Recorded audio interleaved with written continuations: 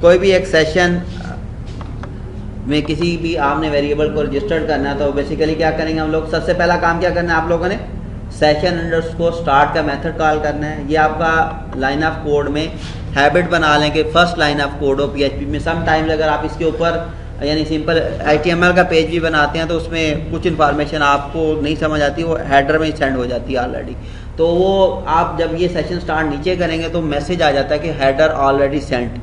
तो अगर इस तरह का एरर आए तो आप लोगों ने क्या करना है, कोशिश ये करेंगे तो HTML का कोड भी है इवन वो भी क्या हो, इस सेशन स्टार्ट से नीचे स्टार्ट हो रहा हो, इसको आप फर्स्ट लाइन ऑफ कोड ऊपर डाल दें। ठीक है, मैं क्या बात कर रहा हूँ, मैं यहाँ पे बता दूँ, मतलब आप एक नया पेज बनाते हैं और सिंपल अगर एक HTML का पेज भी बना लेते हैं तो ये देखिए इसमें ये जो चीज़ें जा रही हैं ये सारी की सारी इन्फॉर्मेशन ये basically header as a header जाती है, हेडर सेट हो जाता है। तो अगर इससे नीचे आप ये सेशन स्टार्ट करेंगे तो सम टाइम्स ये प्रॉब्लम आ सकता है कि वो मैसेज है आपको हेडर ऑलरेडी सेंड। तो फिर आपने क्या करना है, अगर यानी आपने यही काम करना हो तो जस्ट यहाँ पे क्या करें, PHP का टैग स्टार्ट करें और स्टार्ट करने के साथ ही क्या करें आप लोग,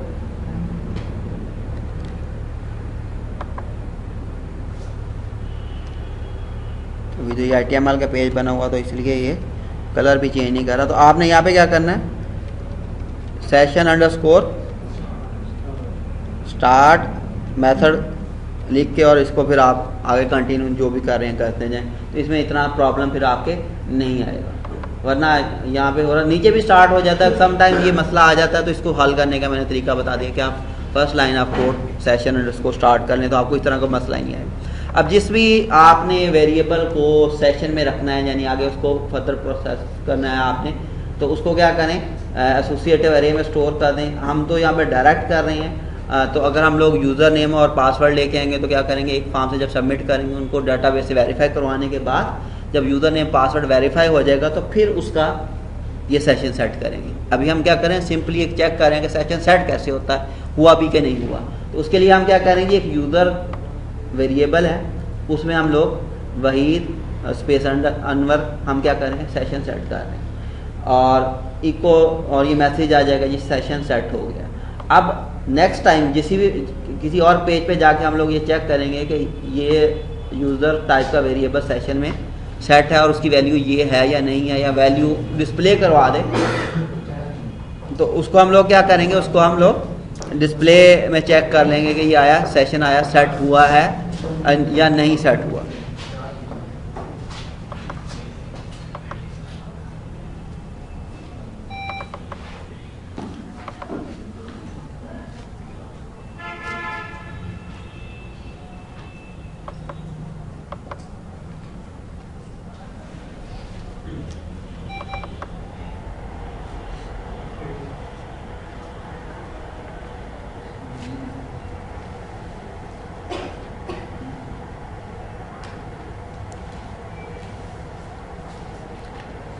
ये मल्टीमीडिया ऑन हो जाए तो आगे लेके चलते हैं।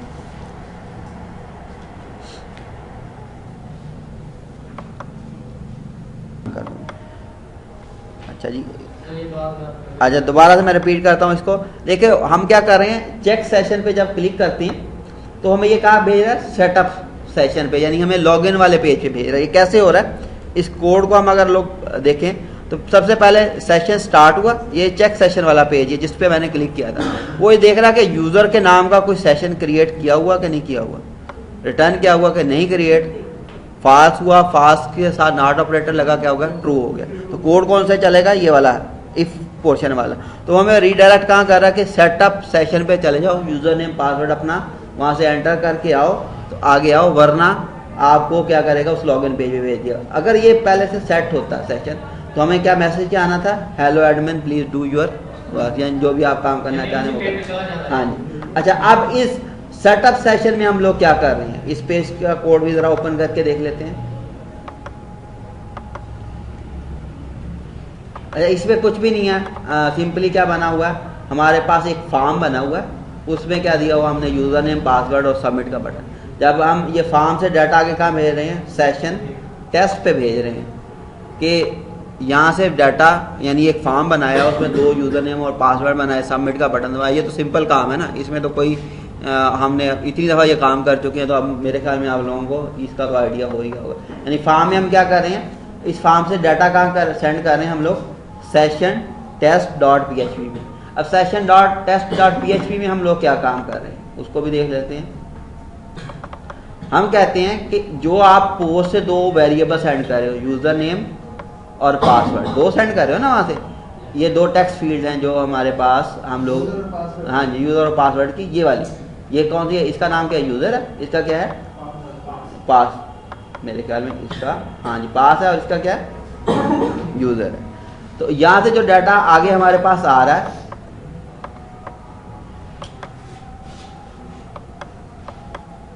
क्या हो गया भाई,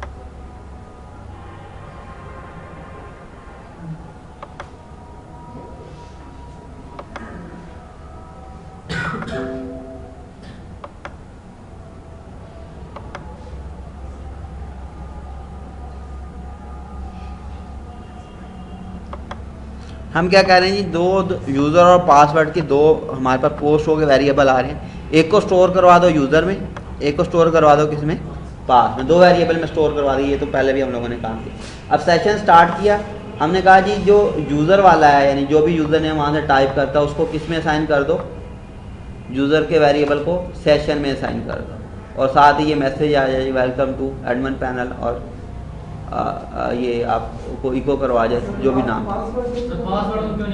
पासवर्ड को क्यों नहीं किया? अच्छा, अभी तो हम क्या करें, इसकी कंफर्मेशन किसी भी चीज़ से नहीं कर रहे कि ये यूज़र नेम हो तो लॉगिन होना है, ये ना हो तो नहीं होना, वो भी हम चेक लगा सकते हैं जी। आप कहते हैं जी चलो दोनों ही लगाते हैं, पहले सेशन सेट नहीं करते, हम कहते हैं जी इफ़,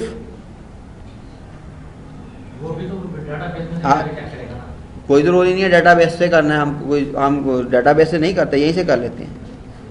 हम कहते हैं जी अगर जो यूज़र आपने किया है वहाँ से, बल्कि हम ये इक्वल हो, अगर मैं अपना नाम ही कर देता हूँ जी वहीद के, और हम लगाते हैं जी एंड ऑपरेटर, और जो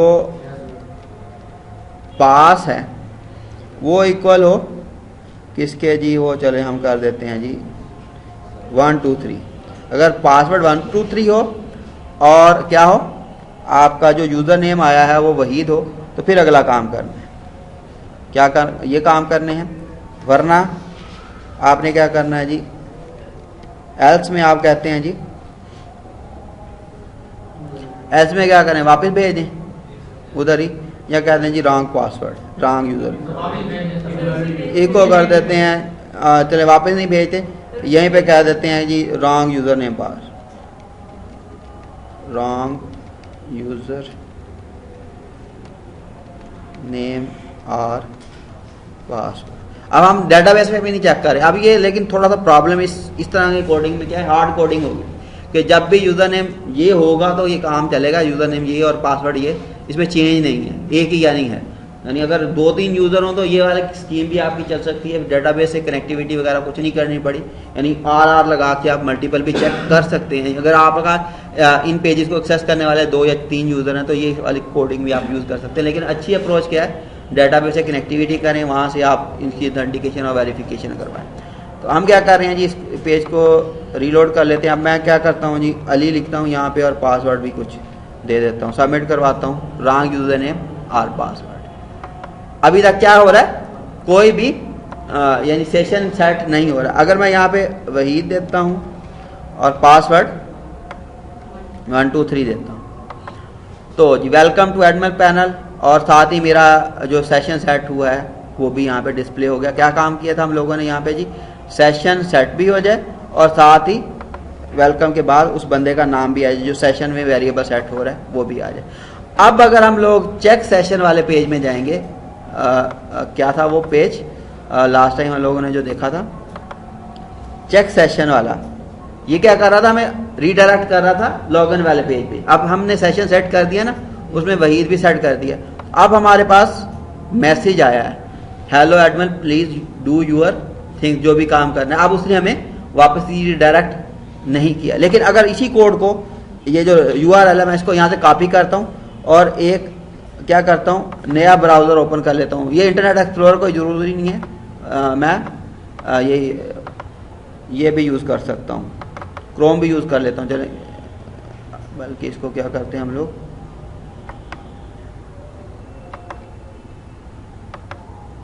ब्राउज़र ही नया ओपन करते हैं, इधर से कर लेते हैं। अच्छा, वो इधर ही नया टैब ही आ रहा है, नया ब्राउज़र, टैब नहीं, हमने टैब ये नहीं रखने ना, हमने ब्राउज़र नया ओपन करना है। अच्छा चलें, एक्सप्लोरर यूज़ कर लेते हैं, मैं उसी में भी चेक करवा दूँगा। आप कहना ब्राउज़र बदला है तो शायद ये मसला आ रहा है। यहाँ पेस्ट कर रहा हूँ तो वापस कहाँ पे ला रहा है मुझे, लॉगिन पे, क्योंकि इस सेशन नहीं है ना इस ब्राउज़र में, इस सेशन सेट नहीं किया हुआ, उसमें सेट किया हुआ है। उसमें अगर मैं जो मर्जी करता जाऊँ इसमें, क्योंकि यूज़र जो हमने एक सेशन सेट किया है, यूज़र नाम का वेरिएबल जो सेट किया है वो मेंटेन हो रहा है। तो जब लॉकआउट करेगा वो, तो सारा सेशन क्या हो जाएगा, डिस्ट्रॉय हो जाएगा। हमने क्या करना है, लॉगआउट में ये चेक लगा के जाना है, ये साथ सेटिंग करके जानी, जब लॉगआउट बंदा करे तो क्या हो, साथ ही सेशन डिस्ट्रॉय हो जाए। एक अप्रोच ये होती है। दूसरा ये होता है कि आप कहते हैं जी बंदा उठ के चला जाता है, बंदा उठ के जाता है तो क्या हो कि 10 मिनट के बाद ऑटोमेटिकली ये चेक भी हम लगा सकते हैं कि 10 मिनट के बाद खुद ब खुद सेशन एक्सपायर हो जाए।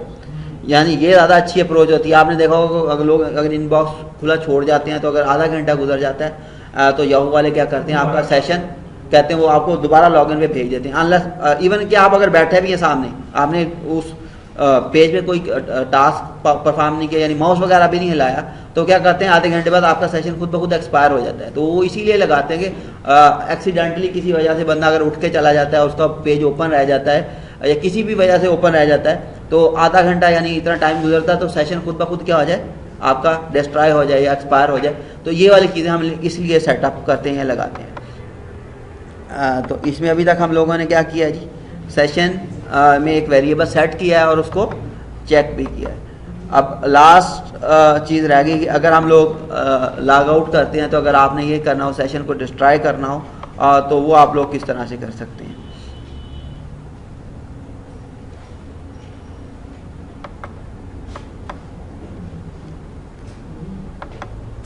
क्या कर रहे हैं जी हम लोग एक डिस्ट्रॉय के आप पेज बना रहे हैं, उसमें सेशन को डिस्ट्रॉय कर रहे हैं ताकि सारे सेशन के जो अंदर वेरिएबल हैं वो डिस्ट्रॉय हो जाएं और साथ ही मैसेज भी आ जाए यू आर लॉग आउट। और क्या करते हैं हम लोग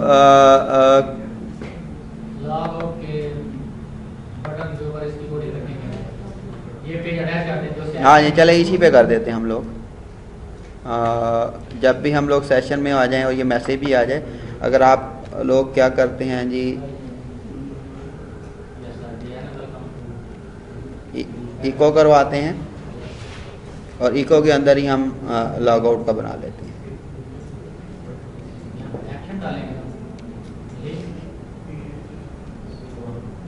भूल गया सब कुछ। अच्छा क्या था, TROY destroy.php और इस पर टेक्स्ट लिखा हुआ है जी लॉग आउट। कहाँ लिख दिया बेटा,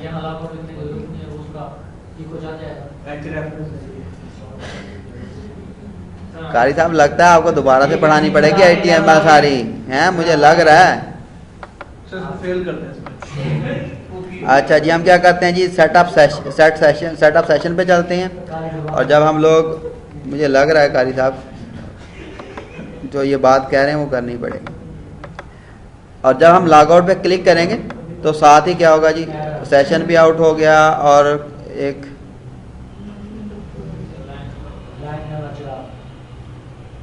function session trying to destroy uninitialised session है।